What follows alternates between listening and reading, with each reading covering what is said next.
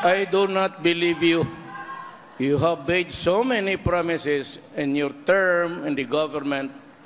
On lahat, halos wala kayong nag-ibigay sa tao. Puro daldal, puro announcement, puro lahat. No implementation. If there is one, it's all corruption. Go ahead, Secretary. Mayor Duterte, I dare you.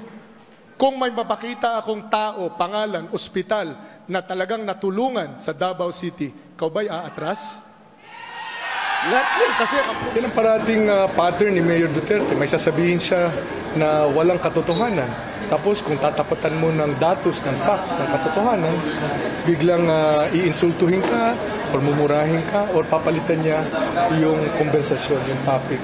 Kaya sinabi niya na wala raw epekto itong mga programa, walang naranasan, walang dumating sa Davao City. Kaya hinamon ko siya.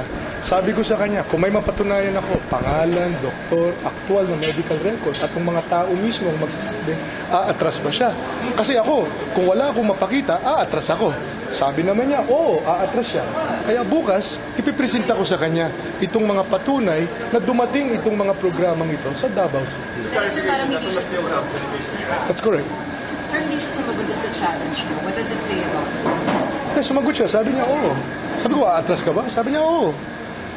So, tingnan natin. If he's a man of his word, sabi niya, he's a man of his word. Diba? Ako naman kasi simpleng-simple ito eh. Ang Pangulo, dapat naaasahan ng mga kababayan natin ang iyong salita.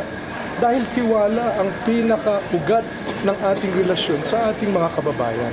Eh kung pabago-bago, pa-joke, urong, sulong, kabig, tapos bawi, eh anong klaseng pamunuan yan? Anong maaasahan ng mga kababayan natin? Pagkapangulo ang tinatakbo namin.